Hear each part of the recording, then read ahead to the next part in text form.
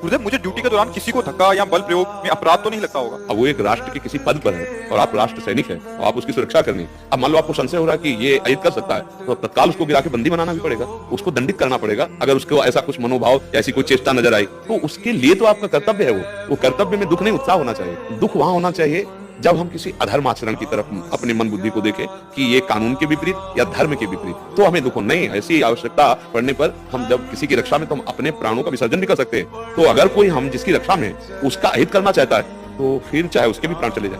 अब मान लो कोई प्रहार करने के लिए आ रहा, अब ऐसे नहीं समझ रहा है तो फिर उसके लिए अस्त्र शस्त्र इसीलिए तो धारण किए जाते हैं, फिर तो वार करना पड़ेगा, क्योंकि अब रक्षा करनी है ना। और वहां थोड़ी देखना है इसमें भगवान आप हो और आपने जो स्वांग किया उसका उत्तर इसी से मिलेगा। बहुत ज्ञान में समझने की जरूरत है।